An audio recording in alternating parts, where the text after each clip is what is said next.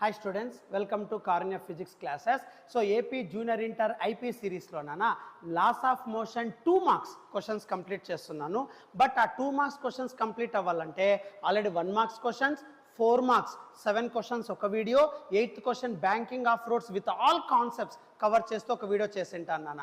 అవన్నీ కంప్లీట్గా వాచ్ చేసి 2 మార్క్స్ చూడు, ఈజీగా less than half an hour you can complete this one, right? సరే చూడండి, ఒక్కొక్క క్వశ్చన్ చూసుకుంటూ వెళ్దాం నాన్న. సో ఫస్ట్ క్వశ్చన్ ఏమి ఇచ్చారు చూడన్నా, what is inertia, what gives the measure of inertia? 4 మార్క్స్లో ఆల్రెడీ కాన్సెప్ట్ చెప్పాను నాన్న, first law of Newton's first law. So Newton's first law ప్రకారం ఇనర్షియా అంటే which opposes your applied force and continues in its same state అంటాం నాన్న. అందుకే ఇక్కడ రాశాడు inertia is an inherent property of the body అన్నాడు. అంటే ఆబ్జెక్ట్లోనే అక్కడ డెవలప్ అవుతూ ఉంటుంది. ఆ బాడీ ఏం చేస్తుంది సార్ అంటే always opposes the applied force which resist your force. Already మనం 4 మార్క్స్ కాన్సెప్ట్లు ఎక్స్ప్లెయిన్ చేసాం Newton లాస్లో.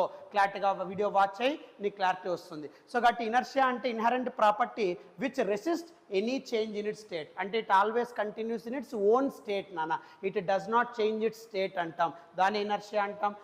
Which gives the measure of inertia? Mass. So ఇది ఆల్రెడీ మనం జస్ట్ నువ్వు 4 మార్క్స్ చదివింటే చాలు, ఇది ఈజీగా వచ్చేస్తుంది అన్న. So which resist the change of state అంటాం. So mass is the measure of inertia. That is your first question. Second question, when a bullet is fired from a gun, the gun gives a kick in backward direction, explain అన్నాడు. నాన్న ఇక్కడ నువ్వు ఒక gun bullet తీసుకుంటావురా, బుల్లెట్ని fire చేసినప్పుడు gun kick back అవుతుందంట నాన్న. అంటే bullet forward డైరెక్షన్లో వెళ్తే గన్ బ్యాక్వర్డ్ కిక్ అవుతుందంట. ఎందుకు? Because of conservation of momentum. మీకు గుర్తుందో లేదో కన్జర్వేషన్ ఆఫ్ మొమెంటమ్ అంటే, so if there is no external force act on the body, the momentum of the body remains constant. గుర్తుందా నాన్న? m1u1 plus m2u2 is equals to m1v1 plus m2v2. ఎప్పుడైతే ఇక్కడ gun bullet రెండు ఇనిషియల్గా జీరోలో ఉంటాయి నాన్న, రైట్? కాల్చిన మీరు అబ్జర్వ్ చేయొచ్చు. సో ఇక్కడ ఎప్పుడైనా సరే change in momentum, conservation of momentum అంటే m1u1 plus m2u2 is equals to m1v1 plus m2v2. Correct or not? దీన్నే కన్జర్వేషన్ ఆఫ్ లీనియర్ మొమెంటమ్ అంటాం. 4 marks already we derived expression, watch that. సరే, watch చేసిన వాళ్ళు very easy for you. నా ఇప్పుడు నాన్న gun కానీ బుల్లెట్ కానీ రెండు రెస్ట్లో ఉంటాయి కాబట్టి ఇదంతా జీరో అయిపోతుందిరా, రైట్? అప్పుడు ఏమవుతుంది? 0 is equals to m1v1 plus m2v2. అప్పుడు m1v1 is equals to minus m2v2 అవుతుంది నాన్న. అంటే ఎప్పుడైతే బుల్లెట్ అనేది ఫైనల్ వెలాసిటీతో వెళ్తుందో దానికి ఆపోజిట్గా గన్ అనేది మూవ్ అవుతుంది. చూడన్నా, సో బుల్లెట్ v1తో వెళ్తా ఉంది, గన్ ఆపోజిట్ మైనస్. సో కాబట్టి ఇక్కడ ఎప్పుడైనా సరే gun with respect to bullet మీరు తీసుకున్నప్పుడు, సో ఇప్పుడు ఇక్కడ గన్ ఉందనుకున్నానా, let us consider this is your gun and this is your bullet here. Okay, ఇప్పుడు ఇనిషియల్ వెలాసిటీ ఇస్ 0, బట్ ఎప్పుడైతే ఈ గన్ని మీరు ట్రిగ్గర్ చేస్తారో అప్పుడు ఈ బుల్లెట్ అనేది moving forward with velocity v1. So to conserve this bullet momentum, so we have to use this gun moving in opposite direction v2. అందుకే plus v1 minus v2. So m1v1 is equals to minus m2v2. So ఎప్పుడైతే bullet forward డైరెక్షన్లో వెళ్తుందో ఆ bullet యొక్క మొమెంటమ్ని conserve చేయడానికి the gun moving in opposite direction like your rocket, jet plane. I already explain in conservation of momentum, same condition అన్న. So అదే ఇక్కడ ఏం రాశారు? This happens due to law of conservation of momentum. When bullet is fired from a gun, the momentum of the gun becomes equal and opposite to that of bullet. So bullet moves forward, gun kicks backward అంటాం. So ఎప్పుడైతే అక్కడ bullet యొక్క మొమెంటమ్ని conserve చేయడానికి gun యొక్క momentum ఆపోజిట్లో travel అవుతుందన్న. So to conserve the momentum, so కాబట్టి ఇక్కడ conservation of momentum is needed for that, right? Next నాన్న తర్వాత, if a bomb is at rest explodes into 2 pieces, the pieces must travel in opposite directions, explain. Same concept. So bomb రెస్ట్లో ఉంటుంది, m1u1 0, but అది explode అయిన తర్వాత pieces moving in opposite direction to conserve the momentum. Same నాన్న, this happens due to law of conservation of momentum.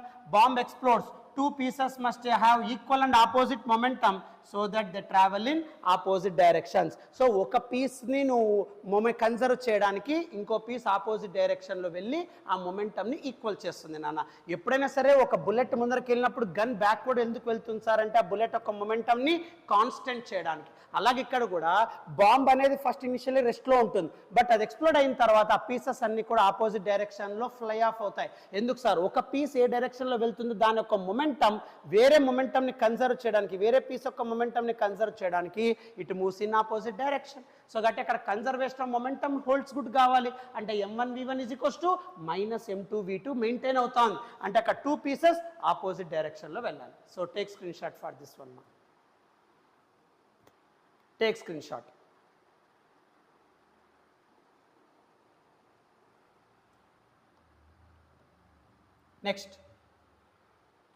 Next ఉన్నానా, define force, what are the basic forces in nature. ఇది already మనం 4 మార్క్స్లో explain చేసామా.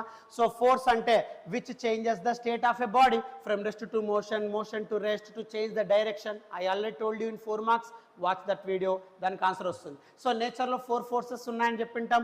Gravitational force, electromagnetic force, strong nuclear force, weak nuclear force. Direct answer. Next, state the SI units and dimensions of linear momentum అన్నాడు. So linear momentum formula P = mv.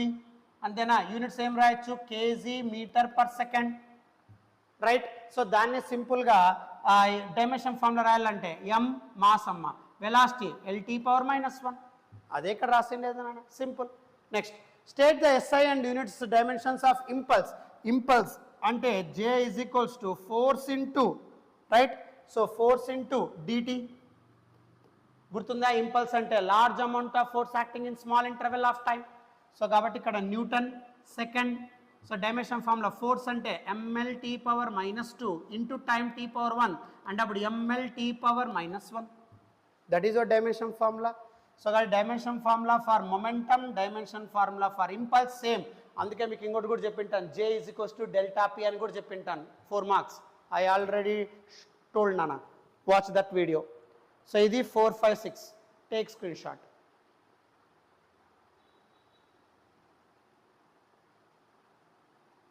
Next question నాన్న, can coefficient of friction be greater than 1? Give the reason అన్నాడు.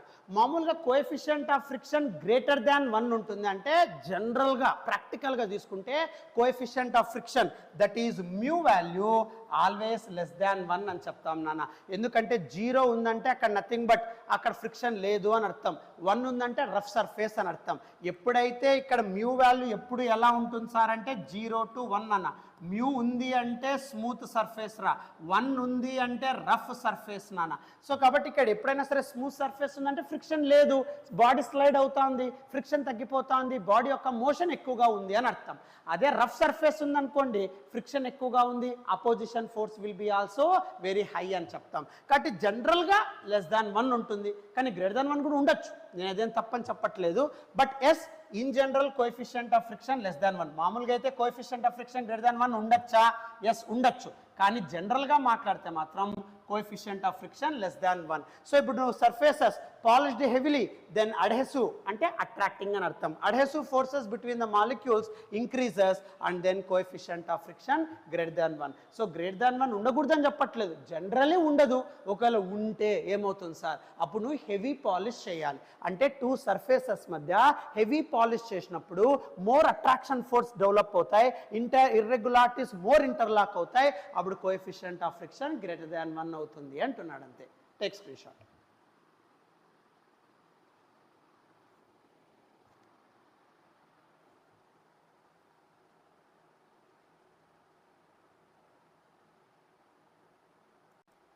Next అన్న 8th question చూడమ్మా. Why does the car with flattened tyre stop sooner than one with inflated tyres అన్నాడు. బాబు ఇక్కడ flattened tyre అంటే tyre puncture అయ్యింది అని అర్థం నాన్న, అంతే, ఇంకేం లేదురా. పంచర్డ్ టైర్ నాన్న, దాన్నే ఫ్లాటెండ్ టైర్ అంటాం. ఇన్ఫ్లేటెడ్ టైర్ అంటే ఎయిర్ ఫిల్ అయిండే టైర్ అని అర్థం. ఎయిర్ ఫిల్ అయిండే టైర్ని ఇన్ఫ్లేటెడ్ టైర్ అంటాం. ఇక్కడ ఏమన్నాడు?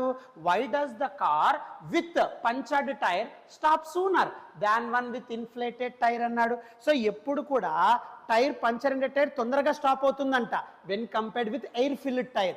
ఎందుకు అని అడుగుతున్నాడు. సో ఎప్పుడైతే ఇక్కడ చూడన్నా ఫ్లాట్ అండ్ టైర్ అంటే puncture and tyre more deformation. ఇప్పుడు సడన్గా టైర్ గాలి ఫిల్ అయినప్పుడు ఒక రెగ్యులర్ షేప్ ఉంటుంది, సడన్గా పంచర్ అయింది అనుకోండి దాన్నే ఫ్లాట్ అండ్ అంటాం, అంటే రెగ్యులర్ షేప్లోకి టైర్ మారిపోతుంది.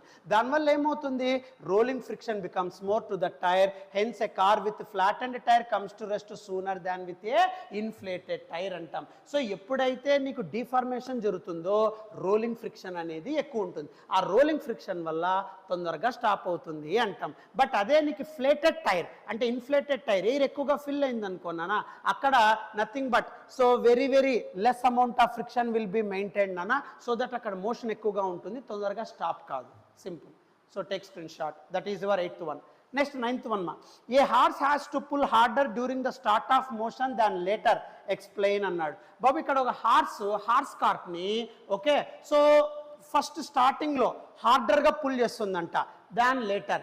వై? ఇప్పుడు ఒక హార్స్కి ఒక కార్ట్ను అటాచ్ చేసావనుకో, స్టార్టింగ్లో ఆ హార్స్ ఆ కార్ట్ని పుల్ చేయడానికి చాలా కష్టపడుతుందిరా, బట్ తర్వాత అంత కష్టపడదు నాన్న. అంటే స్టార్టింగ్లో మాత్రం horse pull the cart very harder, but later it will not.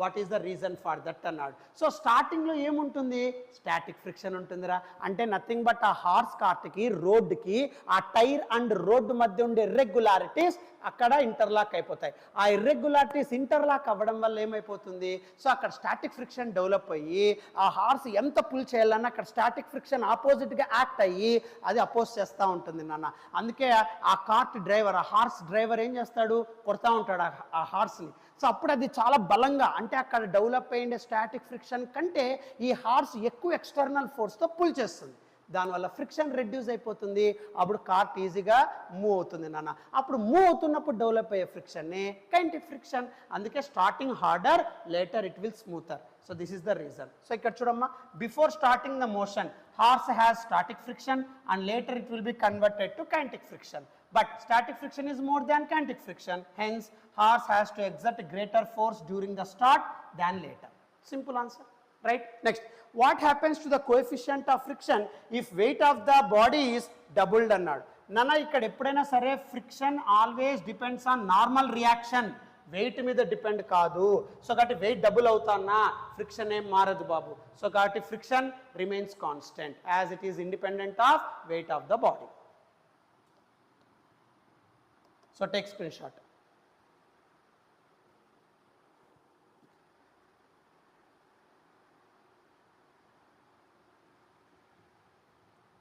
Next amma, write down the expressions. So ఇక్కడ ఈ 11th క్వశ్చన్ చూడమ్మా, write the expressions for maximum possible speed of a car moving on level road, banked road. ఇది already మనం explain చేస్తాం నాన్న, loss of motion 4 మార్క్స్లో సపరేట్గా ఒక video చెప్పాం బ్యాంకింగ్ ఆఫ్ రోడ్ కాన్సెప్ట్ మీద, దాంట్లో ఉంటుంది నాన్న ఇక్కడ. సో ఇక్కడ లెవెల్ రోడ్ మీద నాన్న మామూలుగా అయితే v less than root mu r g less than r equals to, కానీ ఇక్కడ v is equals to root mu r g అన్నాడు. మ్యూ అంటే కోఎఫిషియంట్ ఆఫ్ ఫ్రిక్షన్, ఆర్ అంటే రేడియస్, g అంటే gravity. Next maximum speed for banked road, ఇది already మనం derivation చేసాం అన్న, క్లియర్ స్టెప్ ఒక్కొక్క స్టెప్ ఎక్స్ప్లెయిన్ చేసాం. ఆ వీడియో వాచ్ చేస్తే ఈ రిజల్ట్ నీకు ఈజీగా వచ్చేస్తుంది అన్న. So root r g into tan θ plus mu by 1 minus mu tan θ, ఇది రాస్తే చాలు నాన్న, simple. So take screen shot.